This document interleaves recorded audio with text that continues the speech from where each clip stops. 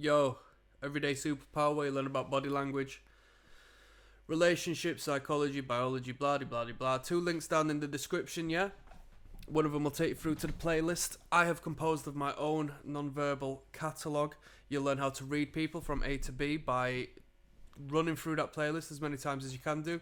Second to that's the Patreon, that's the real game, that's where you'll learn how to be Casanova, full stop. Right. Let's talk about Desperation. This video is going to be mainly, well, it should be more beneficial for those who are in a position where where they're establishing a baseline of understanding female nature and connecting with women and establishing momentum.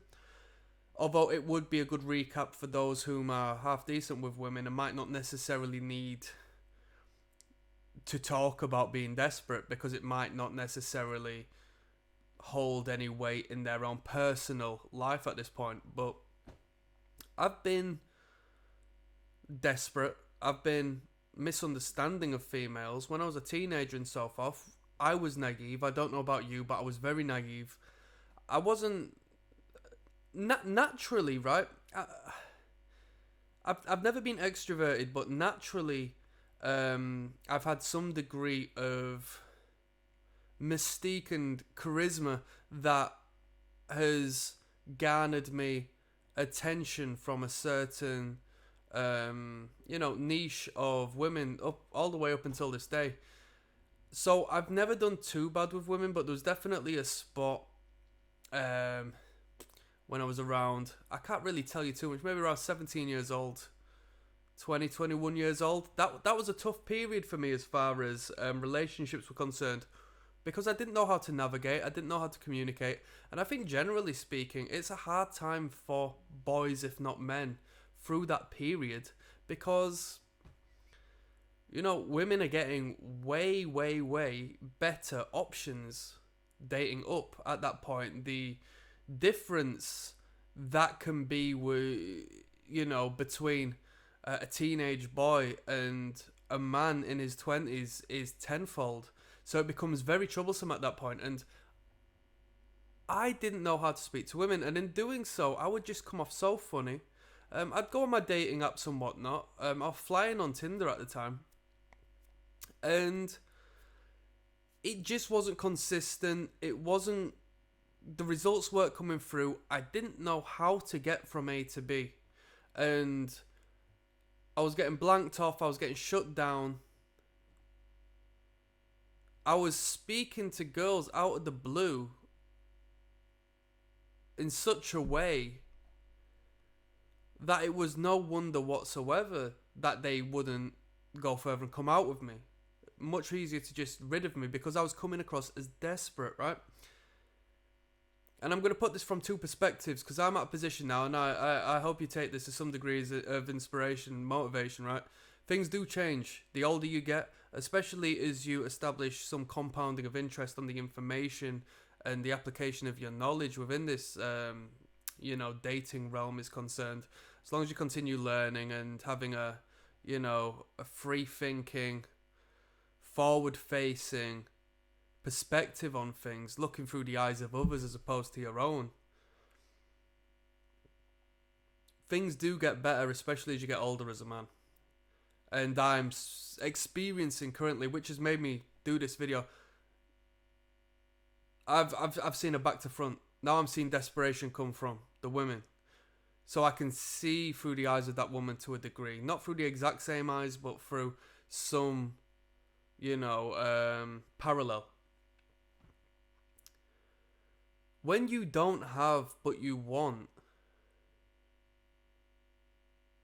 there's this awkward, jarring, uncanny valley-esque energy that creates an undercurrent to your communication with people.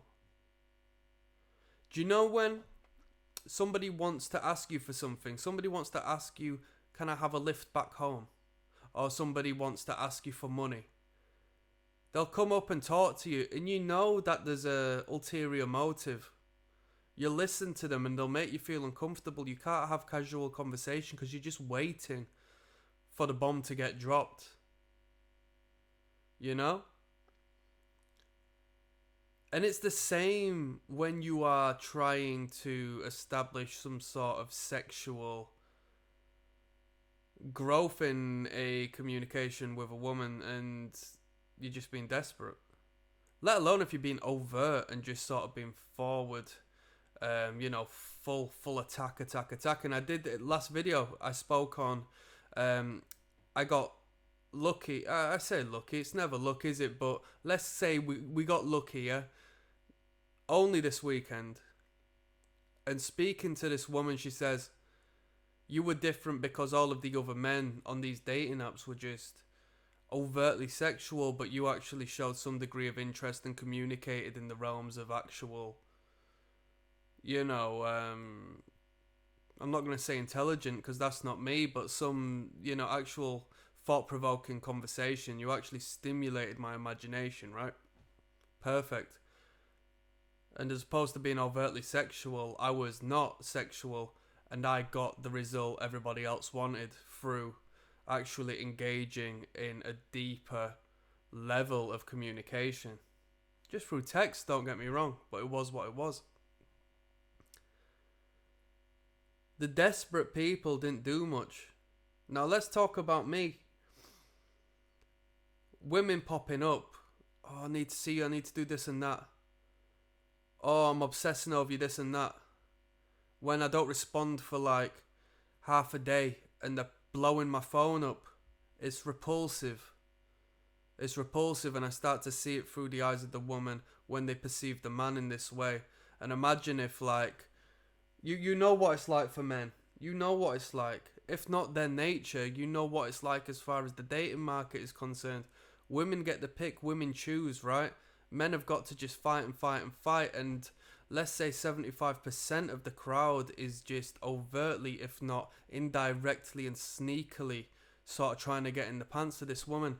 Imagine when you come across and you just don't care. You're not desperate because you've got your options. Now, this is where it comes across. It's a self-fulfilling prophecy purely as when you don't have something, there is the back of your mind. The biology is there.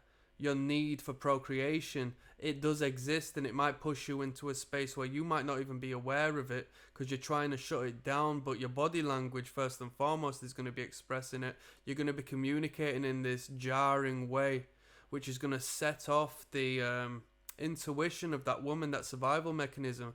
She's going to respond to you in an odd way, and it's not going to go too far, or you're going to get banged straight in the friend zone because you're coming across indirectly as desperate, alright? Whereas when you're not desperate, it don't matter who you are, but that woman's going to think, wait a minute, all these other men are coming across as desperate, so boom, first and foremost, you're above and beyond them, okay? Secondly, she's going to start feeling a bit insecure, feeling, why isn't he chasing after me?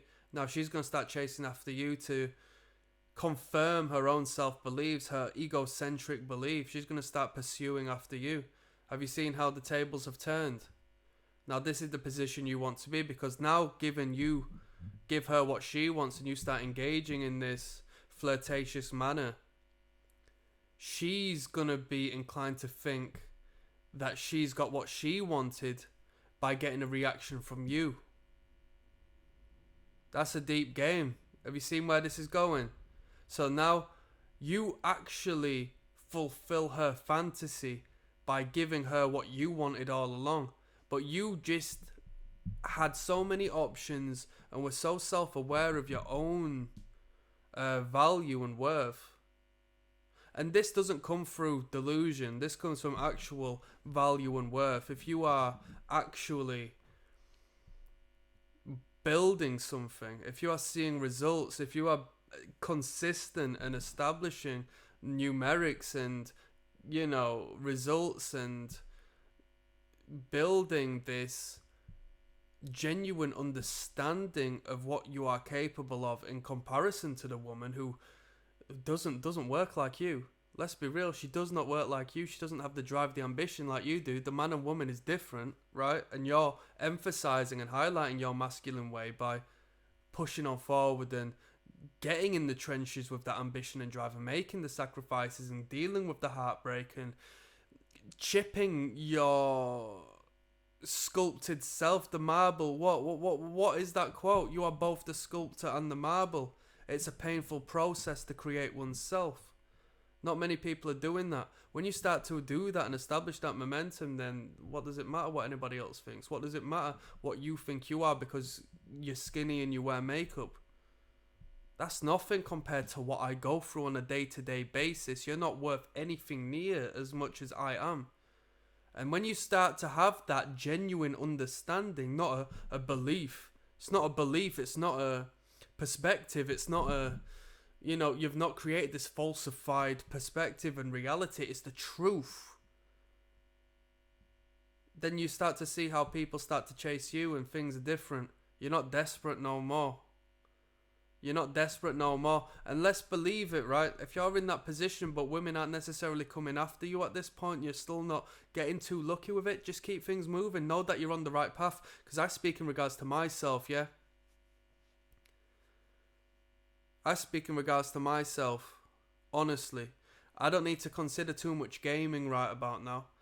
I don't need to chat the chat and do this and that. I can say whatever I want. I'm popping up to girls saying I'm autistic.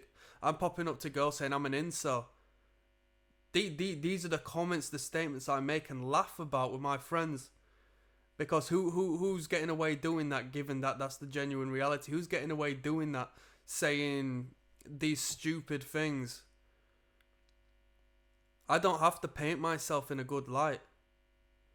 Oh, I bet you say that to all the girls. Yeah, I do. Right? I know my worth. And if you leave me, goodbye. But you're not gonna. Because when you say you're gonna leave me, I'll say goodbye. And then you'll think, oh, well, no one's ever shown such self-worth that they could just allow me, the precious little girl, to leave. So, this was a quick talk on Desperation. Click like and subscribe. That's some game. I'm signing out. Peace.